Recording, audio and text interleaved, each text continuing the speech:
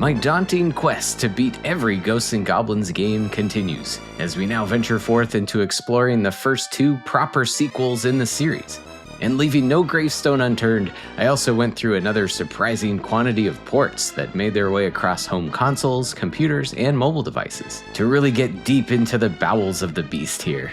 Even sometimes clearing titles without continuing, to really feel the true and intended struggle to get through these infamously difficult classics. So don that armor once more, and let's check out every version of Ghouls and Ghosts and Super Ghouls and Ghosts.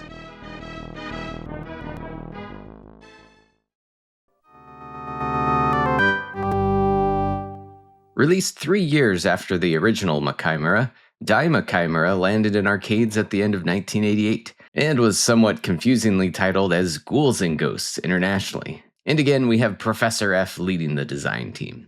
Being the second game Capcom developed for their new Capcom Play System arcade board, this sequel would naturally see a substantial improvement in graphics and gameplay polish, and captivated players and arcade owners alike with its fantastic pixel art, massive action set pieces and bosses, and all while retaining that same brutally challenging but addictive gameplay. So we can mark up another big hit for Capcom during their rising success in the later part of that decade.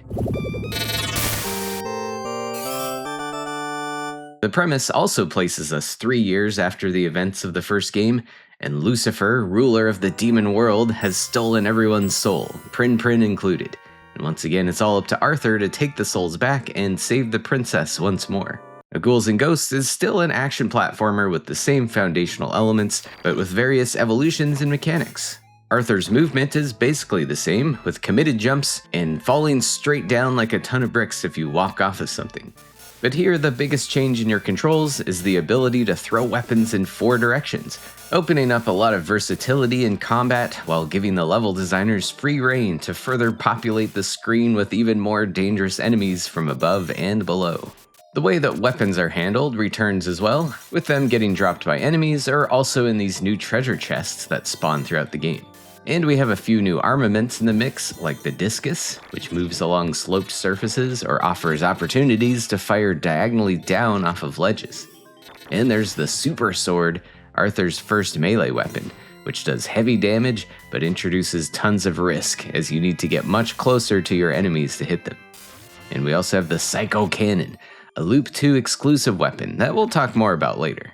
Otherwise, the original weapons are pretty similar, but with some slight changes in behavior, and they feel more balanced this time. It feels a little less bad to get the wrong weapon by accident, as they all have their pros and cons, although I will admit the dagger is still pretty OP.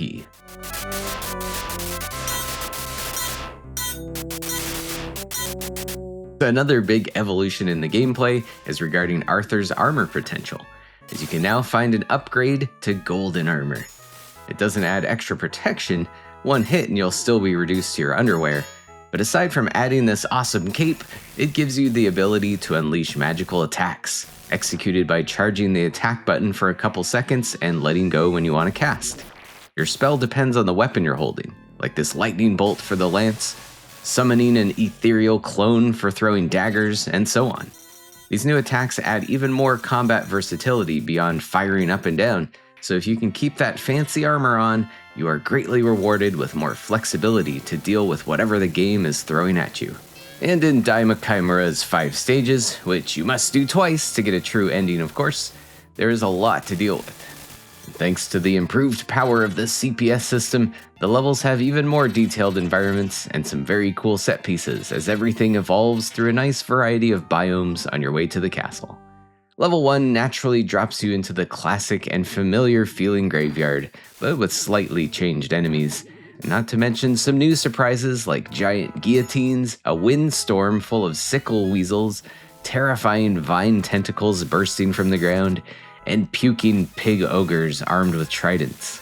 And if you can survive all that, the first boss is a massive armored creature named Shielder, who can barely fit on the screen.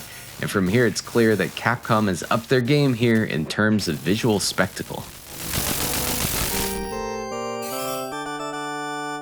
And the creativity certainly doesn't stop there, as each stage constantly introduces new enemy types and hazards, and with the environments telling their own subtle story of this apocalyptic ghoul takeover. Some old rivals make a return as well. I absolutely love the Red Armor's first appearance, waiting for you atop a giant pile of skulls. I'm pretty sure a few hundred of those are mine from the first game.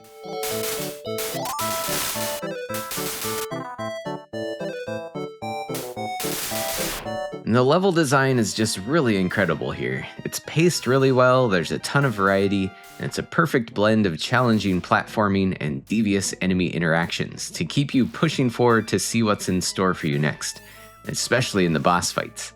Now, these guys aren't overly hard once you form consistent strats and have the ideal weapon for the job, but they're really impressive when coming across them for the first time. And on an interesting note here, the game's director, Fujiwara, said in an interview that they had an even grander design in mind, with branching paths and alternate stages in the second loop, but those were ultimately cut due to memory and time constraints. And while I might have to say Ghouls and Ghosts feels a little more forgiving difficulty-wise as compared to its predecessor, it's still an absolute beast, largely thanks to a dynamic rank-based difficulty system. As the game gets even more insane, the better you play. So while it does have a wide range of difficulty dip switch settings, even if it starts out low, the game will gradually get harder the longer you survive. It's something you might not notice if you're credit feeding your way through the game, but if you're trying to 1cc this, it really makes things hectic. Speaking of difficulty, there are some pretty substantial differences between different regional releases of the game. The original Japanese version is the hardest, while the North American version is more likely to spawn armor and treasure chests, bosses have lower hit points, and there are additional checkpoints added, even checkpoints just before the bosses. This can backfire immensely though. Say if you have the super sword, and then you're stuck in a much harder situation without any way to change weapons.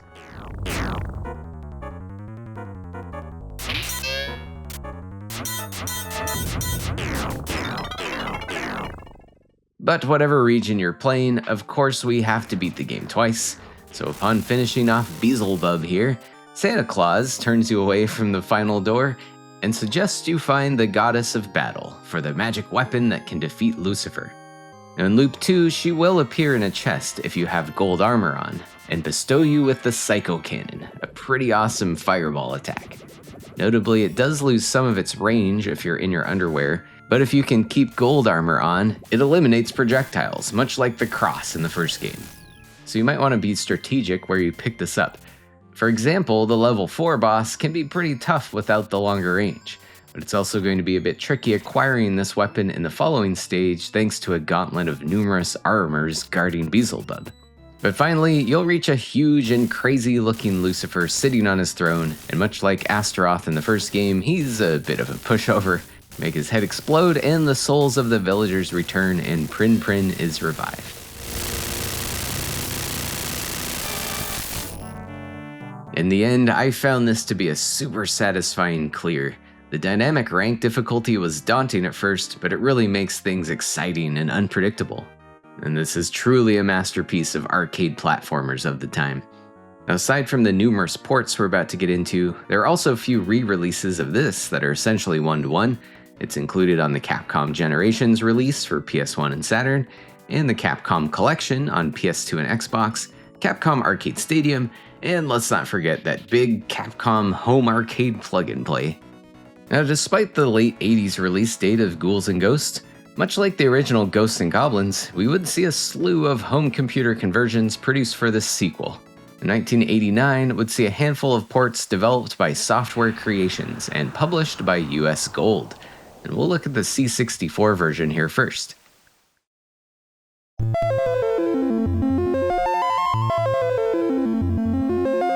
So the obvious gap in graphics quality is a bit drastic, enough to knock your armor off, but we still have an ambitious attempt here to accommodate for the hardware limitations. It at least features all of the stages from the arcade original, the gold armor, the magical spell mechanics, sloping terrain, weather effects, and moderately sized but still impressive boss battles. Even that crazy tongue platform section makes an appearance. And there are some really interesting technical workarounds, like how the big elevator in level 3 is now just a little platform underneath Arthur. But there are also quite a few things missing. There's no super sword weapon, no tentacle vines, no dynamic difficulty, and most notably, no second loop, which also means no Lucifer or Psycho Cannon. But if anything, the soundtrack is actually the highlight here, composed by Tim Follin. It's quite the departure from the original music, and admittedly doesn't totally fit the mood of the levels sometimes, but it's really some incredible composition work, and probably some of the best music I've heard on the Commodore 64. The game also includes an option to have sound effects, but unfortunately you can't have those and the music at the same time. Getting into the actual game feel, it's a bit janky, honestly. While you can still shoot upwards, you also have to press up to jump, so that can complicate the controls a bit. There are also a lot of collision detection issues, or sometimes you might even need to hard reset the game to realign the hitboxes. I also often ran into a score glitch in several of my attempts. You're suddenly gifted with millions of extra points, which in turn gives you tons of extra lives, whether you want them or not. Now, if you can manage to avoid this glitch, you're normally given 5 lives and 5 continues, a quite reasonable amount to finish this game after learning it, but otherwise you'll have to be on the honor system if the glitch occurs. Despite these issues, the game is still pretty fun. This could have been a real banger with a little extra time to fix up some of these bugs, and it's an impressive achievement considering this was basically made by 3 people, probably in a very limited time frame.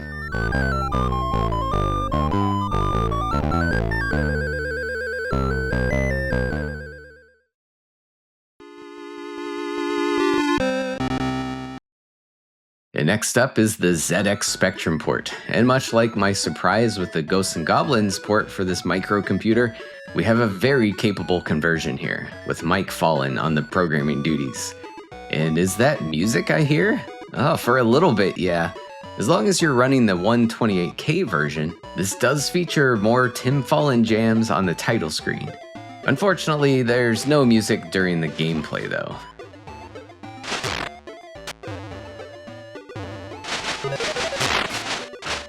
While you do have the typical graphics and color limitations of the hardware, the artwork in this one is quite solid, and it's easy to parse out the action, and the color changes are used in pretty interesting ways to create these nearly monochromatic atmospheres for the different sections of the game.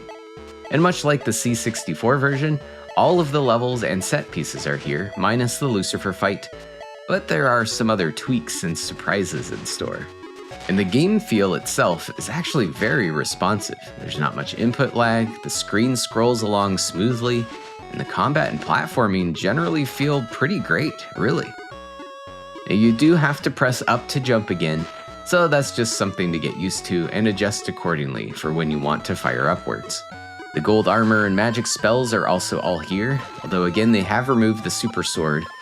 And those familiar with the original will probably notice some redesigned sections of levels. We've got the little elevator platform workaround again, and the tongue section is more of a typical moving platform course now. But honestly, the collision detection in this part gets a little janky with landing on these gross looking things. And the most notable change is another endgame surprise, again harkening back to the weird conclusion to the first Ghosts and Goblins port on the Spectrum. Now, there is no second loop to run through here, but after your defeat of Beelzebub, you get to go through the final stage again, but this time seeking out an alternate route underneath with all new hazards ahead of you, all while presumably Beelzebub is raining down these deadly boogers upon you. Eventually you get to an absolutely insane layout of little platforms with tons of these things falling from above. It's a new kind of challenge that's not seen in the arcade original at all.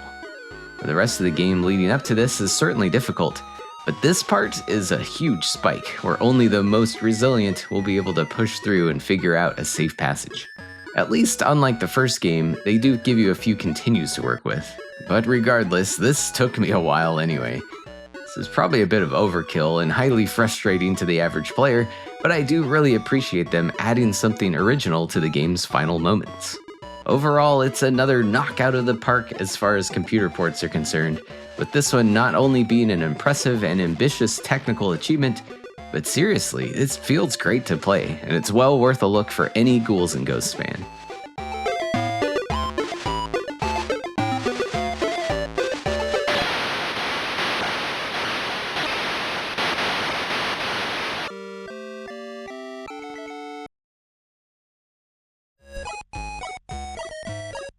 And now we find ourselves again on the Amstrad, another aging microcomputer really trying its best here at cramming the Ghouls experience onto a cassette tape. After the one-hit death and screen-scrolling janky experience of the Ghosts and Goblins port for this computer, I was admittedly terrified of playing through this one. And while it wasn't nearly as brutal, there were certainly some parallels. You do get functional armor here at least, or maybe that's a tracksuit, or a milkman outfit. Oh, and now he's just wearing a towel. Wardrobe aside, on the graphics tip here, it seems a bit more refined in this sequel, although again, it's not quite as colorful and juicy as I've seen on other Amstrad games. We do have Tim Follin tunes on the title screen here as well, but nothing during the gameplay, unfortunately. The controls are okay. Up is jump again, which should be no surprise by now. All of the weapons are here too, with the exception of the super sword, and the gold armor and magic spells are also included.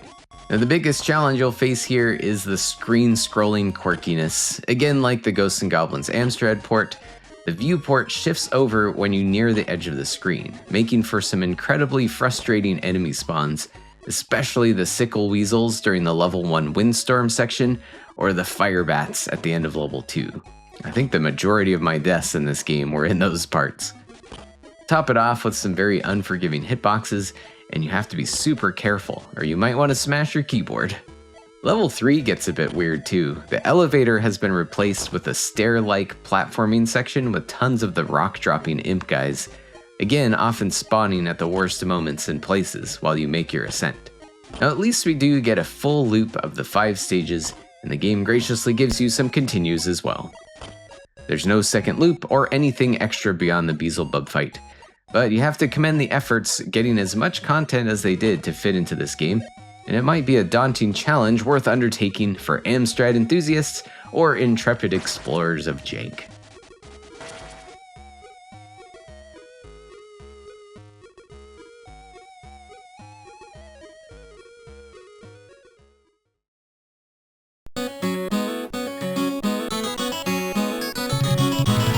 Ghouls and Ghosts would also be released on the Commodore Amiga, the most technically capable computer out of this first batch of ports here, but we're not quite yet at arcade-perfect levels of conversion by any means here. Interestingly enough, this was released a few months before Elite Software's Ghosts and Goblins Amiga port, which we covered previously, but you might remember me wishing it had been a little more cursed. Well, I guess I got my wish granted here. This one does look and feel a little bit off-kilter in various ways. First up, the Tim Follin soundtrack is in top form, with a mix of recreations of some themes from the original, and some where he just does his own crazy thing, and I'm here for it. Level 3's music is especially a vibe for me, even if it is a bit of tonal whiplash from the other more spooky tunes.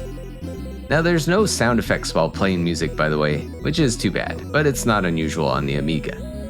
And weirdly, while the manual says F2 enables sound effects instead, I couldn't get that to work. Now the aesthetics are kinda wild, looking a little crude stacked against the arcade game, not really reaching the full potential of the Amiga's capabilities either. When you're going through all of these ports, it's honestly nice to get a bit of variety in the art style sometimes. And you gotta love these embellished HUDs that take up a third of the screen. And at least we have proper screen scrolling and a good frame rate, no problems there. Getting into the gameplay, it feels okay. If anything, it's maybe a little bit laggy. And big surprise, up is to jump. Now there are some questionable hitboxes at times, which can get a bit frustrating, compounded by some brutal enemy spawn positions. Also, the magic attacks no longer provide any sort of iframes after you cast it. So the once reliable lightning bolt is now more of a liability that will knock your armor off most of the time. Some other memorable annoyances include the instantly spawning blue snakes of level 4, and man, the Beelzebub fight is pretty screwed up. His hitbox is crazy big, and his projectiles are really hard to see. After several tries, my only means of beating him involved using the discus magic, where you drop down a magic barrier, which I guess damages him. So I threw one down, it ran away, and he died off screen. Okay, sure, I'll take what I can get at this point. Oh my god! He died off screen, yes! Yes, we're done! You game! Oh my god. Oh.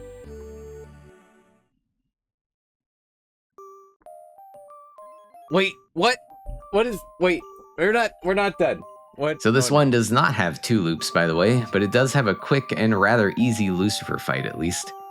You also do get a handful of continues to work with, and in my case, I was able to finish the game in 3 continues and was pretty ready to move on with how nasty that Beelzebub fight was. Overall, this was certainly an interesting time. I can't give it a glowing recommendation, but if anything, at least give the soundtrack a listen.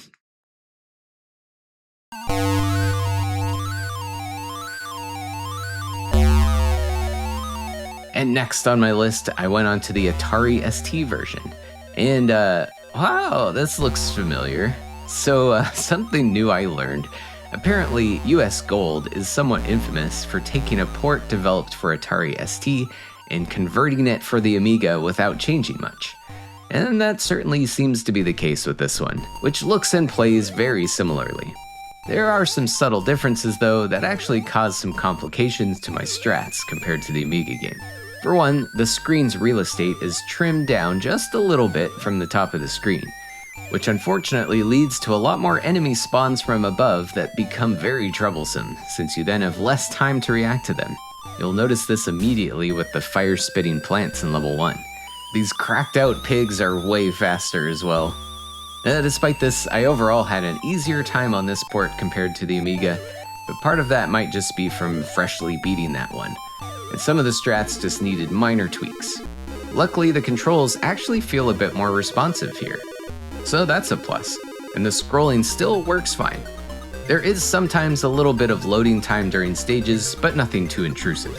And most importantly, the music still slaps. We're working with a different sound chip here, but Fallen can make anything sound amazing, apparently.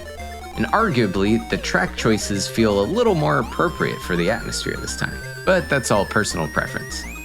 In the end, I think I would rather play the Amiga port over this one, mostly because of the screen size thing. But these are pretty similar, so pick your poison. But if you really want to get fancy, there's also a homebrew port of this port on the Atari Jaguar, Portception. It at least supports sound effects and music at the same time, and it does map up to one of your controller buttons for you. But otherwise, it's essentially the same experience.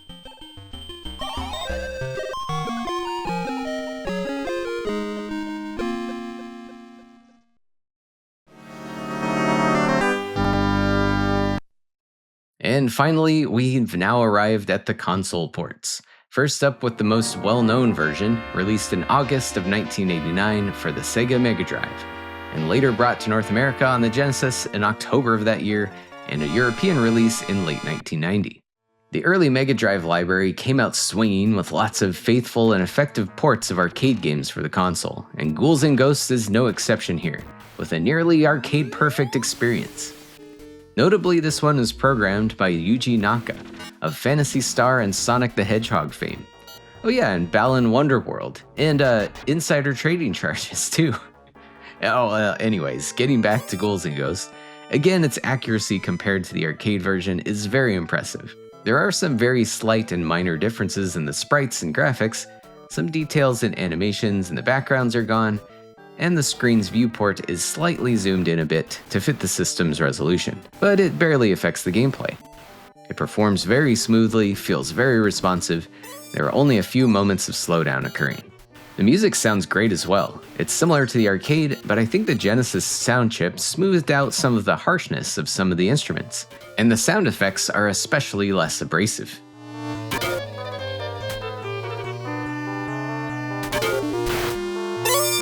It does have 2 difficulty settings, Practice and Professional. Practice mode is a great introduction to the game, but I'd argue Professional is the true Ghouls and Ghosts experience, but either way, you can at least continue as much as you like. It's also worth noting that checkpoints work differently depending on the region of the cart, similar to the setup of the arcade revisions. Now, there's not much else to say about this port, I guess. It really was a great technical achievement to drop this on a home console in 1989. And it received well-deserved top marks in reviews, and is still regarded as one of the best games on the console retrospectively.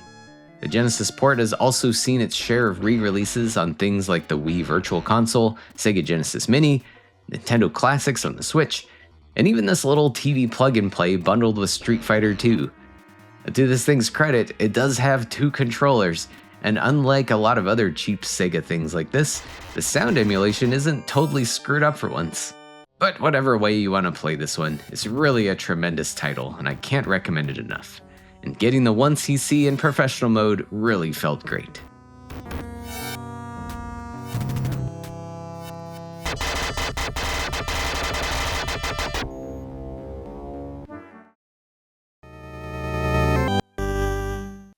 And another very arcade-faithful home console port was released in Japan in 1990 for the SuperGrafx, a very obscure console by NEC with a tiny number of games made for it, and it's essentially a beefed-up PC engine. Now this game itself is very bare bones. You turn it on, you have 3 credits, you play the game. There's at least a debug menu with a few options if you put in a code, but otherwise it's a pretty pure arcade experience here. Now if we're stacking this up against the Mega Drive port, there are some subtle differences in the colors and sprites. There's more frames of animation for certain things, and more detail in the backgrounds. There is some occasional slowdown, unfortunately, though. Nothing too immersion breaking, but that's the compromise made for the graphical improvements, I suppose. And naturally, the music sounds a little different since we're on a different sound chip. It still sounds great here. I've always had a soft spot for the texture of PC Engine tunes.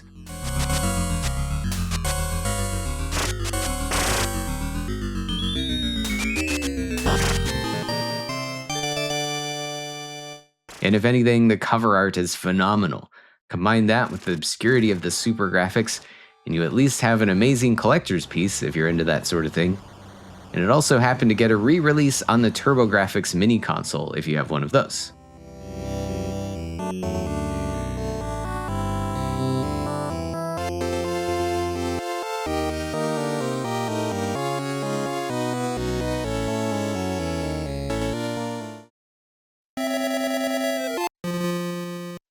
Alright, enough of this arcade perfect stuff. It's time to get weird again and look at the port of Ghouls and Ghosts for the Sega Master System. Released in 1991 in North America, Europe, and Brazil, 2 years after the successful Genesis release. And this certainly could be considered the version of the game with the most creative new additions to the gameplay. The main change here is upgradable equipment. So when you open chests now, it's possible that a door spawns and offers you some sort of choice. Possibly a new piece of armor, helmet, boots, or weapon. Armor increases the amount of hits you can take, ranging from silver, red, green, and gold suits. So yeah, you kind of have a health bar now. Upgrades to your boots increase your speed, jump distance, and slipperiness to a hilarious degree. You'll want to get at least one upgrade for the boots pretty quick, or you might soon find some jumps as early as level 2 to be nearly impossible to clear with the default boots.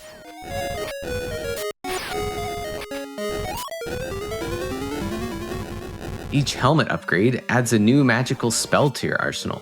You can pause and switch between different ones at any time.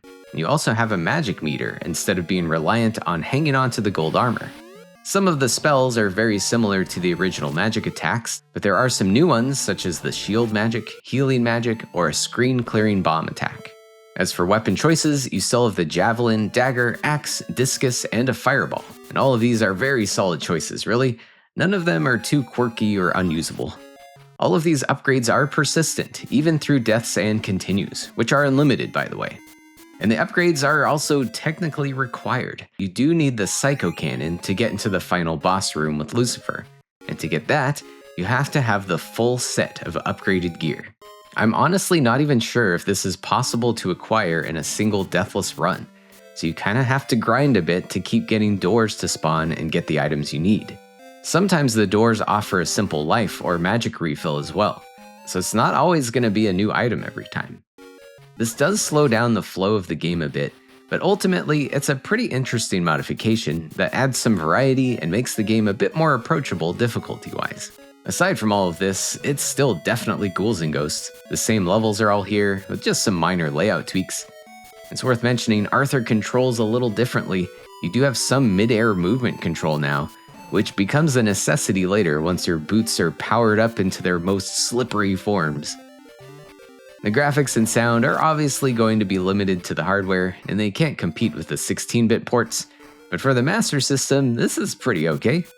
Probably the biggest issue is massive slowdown, and it's quite frequent, even at times when it seems like not much is happening on the screen.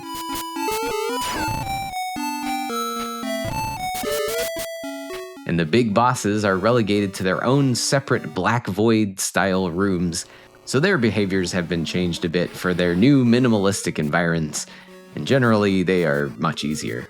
So yeah, this is a pretty wild port. I definitely had fun with it.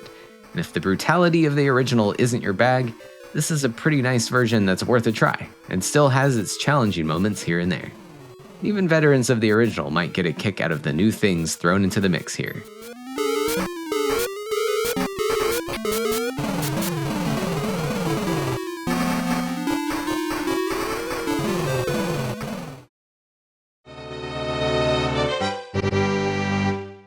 We'll briefly dip back into another normal port here with a 1994 release of Daimakaimura on the Sharp X68000, a high-powered Japanese computer well-equipped for arcade-accurate gaming. At the time, this was certainly the most faithful arcade port you could play, and has plenty of options, difficulty settings, CRT modes, and most notably, a variety of audio options depending on your hardware. While you can play with the original sound effects and music, you could also utilize the array of MIDI modules connected to your machine. So if you're a sound font nerd, you might get a kick out of this port.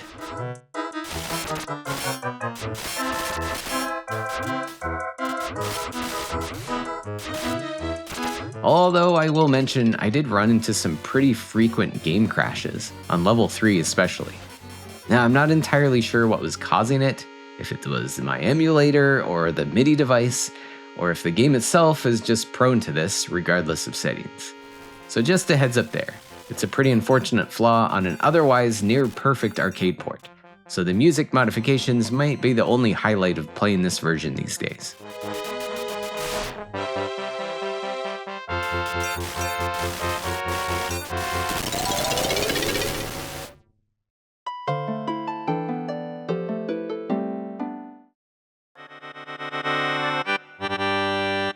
And Java jank enjoyers rejoice, as we also got an assortment of mobile phone versions across various regions and resolutions, so you have a wide range of experiences here. This release in English was actually quite solid with a smooth frame rate, difficulty settings, and some nice control convenience options for phone keypad gaming, like different auto-fire settings, a dedicated magic button, or automatic magic charging.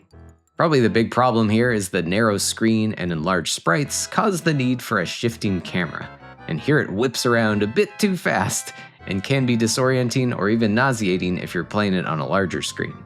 But overall, the content and levels are pretty close to the arcade. There are some toned down elements, of course, like larger platforms on level 3, or the Ome boss having much less health.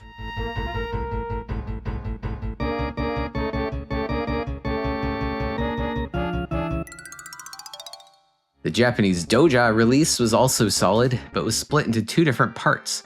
There are inconsistencies between regions as well, like how the level 2 boss in the Chinese version seems to be immune to the sword. Man, I had a rough time here.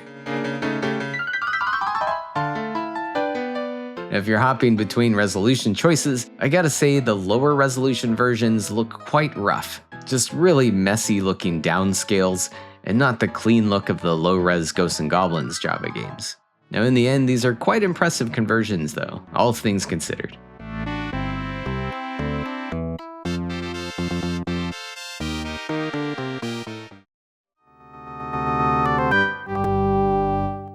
And one more mobile version here, we again have an iOS and Android option that was released alongside Ghosts and Goblins Mobile in 2017.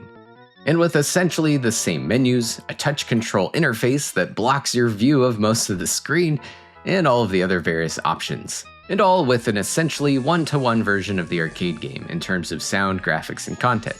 Now casual mode sees a return here, adding a double jump, parabolic falling physics, switchable weapons, automatic magic charging, and it seemed to me like a lot more armor was offered from open chests. So the double jumping made some Ghosts and Goblins stages trivial, but for Ghouls, it's a bit of a double-edged sword, honestly. As for how the levels are designed in this game, Double jumping is actually kinda dangerous sometimes, especially if there are flying enemies around. And this doesn't support connecting Bluetooth controllers or anything, so the touch controls are actually quite a challenge here, even in casual mode.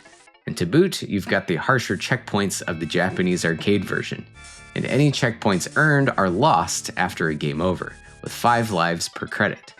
I also had some issues with responsiveness in the controls, but it's hard to pin down whether that was an issue with the old Android tablet screen I was using, or if it's a software version, or if it's a common issue, regardless of the hardware. But before you go search the App Store for this one, it's unfortunately delisted now, so you might need to dig out some old phone or tablet if you're curious enough to try out this wacky casual mode.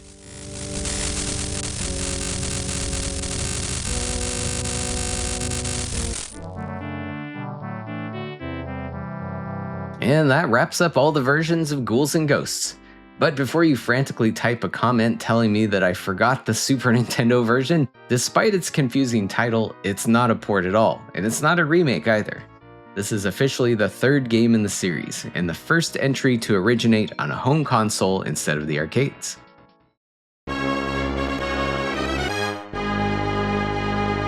Chomakaimura first released in Japan on the Super Famicom in October of '91, with a North American release in November of '91 with the title Super Ghouls and Ghosts, and an eventual European release in late '92.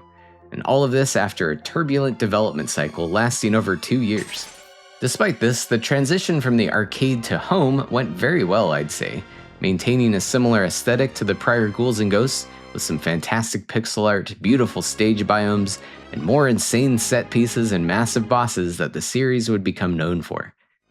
But if you're worried the challenge would get nerfed for living room enjoyment, oh boy, don't worry about that. You are still in for a heck of a time here. Now, the story here hasn't changed much really. You play as the valiant knight Arthur, and now the big baddie is Samael, or Sardius in the North American version, who has kidnapped Prin Prin along with shrouding the realm in darkness. Still a pretty shallow story, but a perfect vehicle for some spooky platforming action.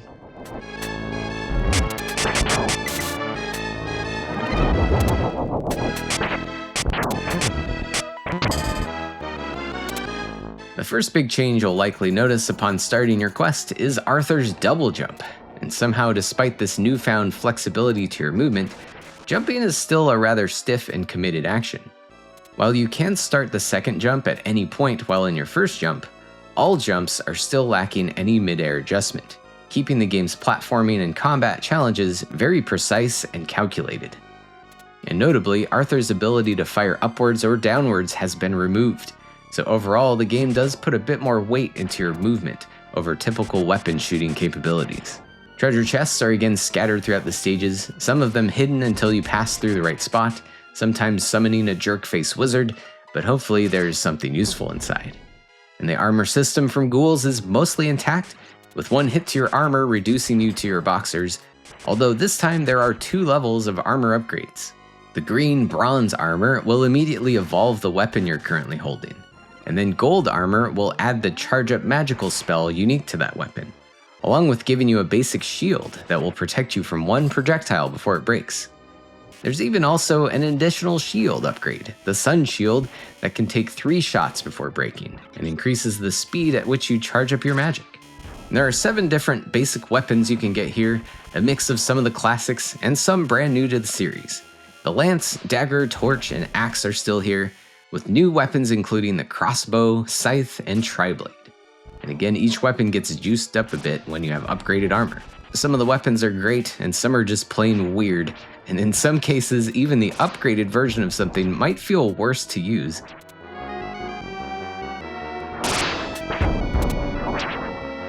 As expected, the dagger is pretty OP. But out of the new stuff, you might find pretty good utility from the crossbow with its dual upward angled shots, which turn into homing shots when you have the good armor. And honestly, it's a solid weapon choice, especially if you're new to the game. The new scythe and tri-blade though, real sicko stuff there. And sorry to any super sword fans, no melee weapons this time. And there's an 8th special weapon for the second loop, and we'll get into that later. Now, if you can hang on to the gold armor, there's a cool variety of magical stuff to do, mostly of the big damage offensive variety, but there's also a temporary magical barrier, or even one that finds hidden chests for you. So even if Arthur can't fire up or down anymore, you still have a lot at your disposal in terms of movement and attacks at hand, and constantly evolving strategies to enact depending on your current weapon and armor situation. Now, while all of these enhancements and control evolutions sound like a lot when you list them off, this still really feels as pure of an action platformer as the original. You're still just using the D-pad and 2 buttons.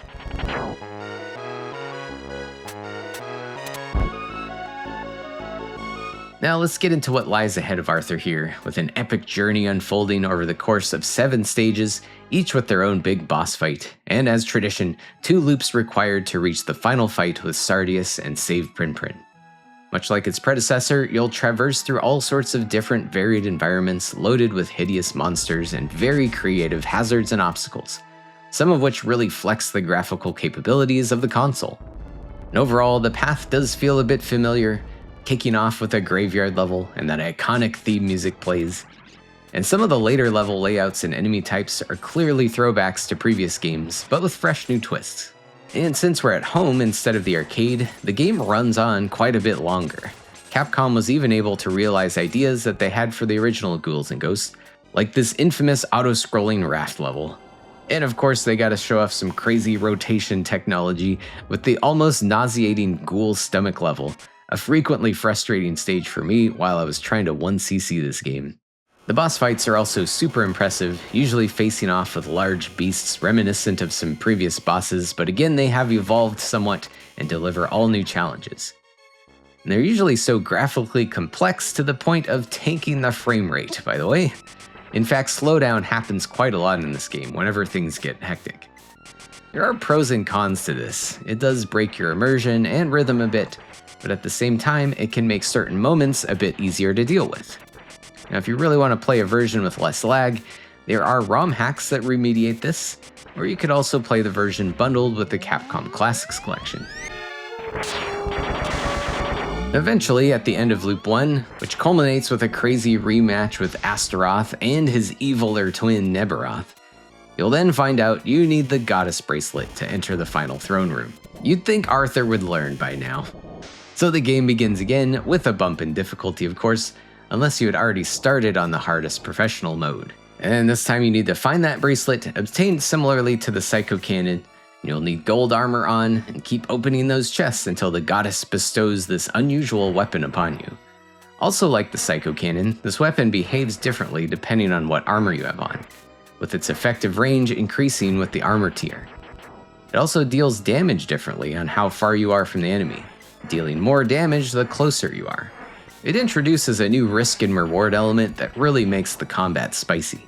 And for the Astaroth battle, for example, you gotta be real brave and get up in his face if you want any hope of defeating him. Hang back too far to do chip damage with long-range shots, and your timer is probably gonna run out. Now this final level on Loop 2 is often a brutal wall for many players. I've seen so many people get stuck here for hours, myself included. I should mention the game does have a continue system. You start with a few and can earn more throughout the game by picking up the money bags that are scattered throughout the stages, with the number you need depending on the difficulty setting. There are 4 difficulties, by the way: beginner, normal, expert, or professional. And you could also increase the number of lives too. I pushed myself pretty hard on this one personally: default lives, professional mode, and no continues. While the total death count didn't get as crazy as something like the deranged Amstrad port of Ghosts and Goblins that had 1-hit deaths, Super Ghouls and Ghosts took me the longest so far in the challenge, clocking in at a little over 30 hours to finally reach Sardius' throne room and melt his stupid face. Dare I say, this might have been a gamer highlight of my life. What a satisfying experience I had accomplishing this one. Now, I've liked this game for a long time, but I was never able to finish it back when it came out. I did eventually beat it on normal mode as an adult, but really digging into a 1cc on the hardest difficulty makes you really dive into the details and greatly ups the stakes of every decision and movement you make. And in the end, it really cemented my respect for the game design. It's mean, and the difficulty might not be everyone's jam, but if you're willing to put in some time and effort into learning and dying, it's so worth it. Yes! Let's fucking go! Oh man, finally. We did it. Now, as for the different releases of this game, the SNES version did see plenty of generally unaltered re-releases, like the previously mentioned Capcom Generations release on PS1 and Saturn, the Capcom Classics Collection on PS2, Xbox, and PSP, and Nintendo's Virtual Console and Nintendo Classics service, and an inclusion on the SNES Classic Mini Console. It also got a mobile phone port for Java, but that sadly seems to be lost media for now, released as part of the Capcom Party lineup of mobile games in Japan, and it seemingly remains to be undubbed. I really hope someone's able to find and archive this one someday. Chalk up another reason why game preservation is so important, regardless of the platform.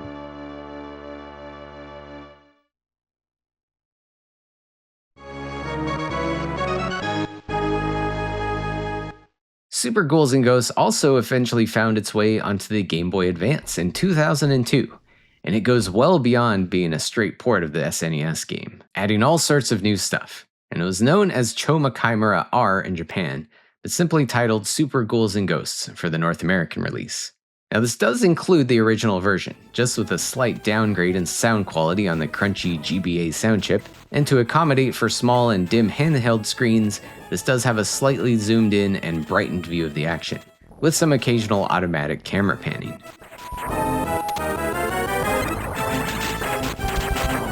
Some of the graphics have also been enhanced, sometimes with drastically different backgrounds in the cutscenes, or more subtle effects like how the water looks in level 2. But the true highlight in this version is the all-new Arrange mode, featuring branching paths between the stages depending on what kind of armor you still have on at the end of the stage. There are even all-new stages to experience, often remixing and referencing levels from the first 2 games in the franchise, but with plenty of new surprises.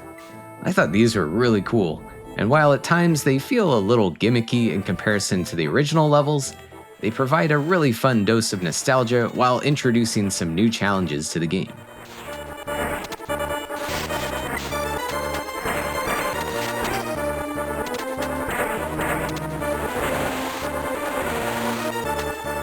And if you can keep gold armor on at the end of each level, you'll stay on the most challenging route on the top of the map, which are the original Super Nintendo stages, but beefed up in difficulty. Now, keeping the gold armor through every stage does sound absolutely insane on paper, but the game does feature a save system, which can be abused a bit to get through whatever route you want. You can save at any time, which is always a nice perk on a handheld game, but here it keeps track of the last checkpoint you reach, what weapon you have, and what armor you have. So you can easily save scum and brute force a damageless path through each checkpoint and eventually just get through it. Just be ready to reset often, since it's still a challenge, of course, but it's not totally unreasonable for anyone that just wants to see the new stages or what revisions were made in the difficult top route.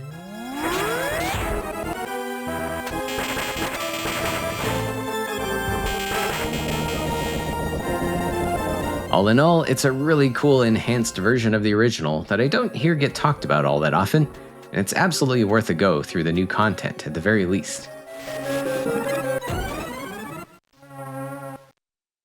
And that wraps up our tour through the second and third game of the Ghosts and Goblins series. But my journey is not over yet. Keep that strong welling. Stick around and stay tuned for a detour into some awesome spin-offs with our Red Armor anti-hero Firebrand in the Gargoyles quest games, the 3D Adventures of Maximo, and we have several more mainline series entries and other oddities to cover as well. So thanks so much for watching, and we'll catch you next time.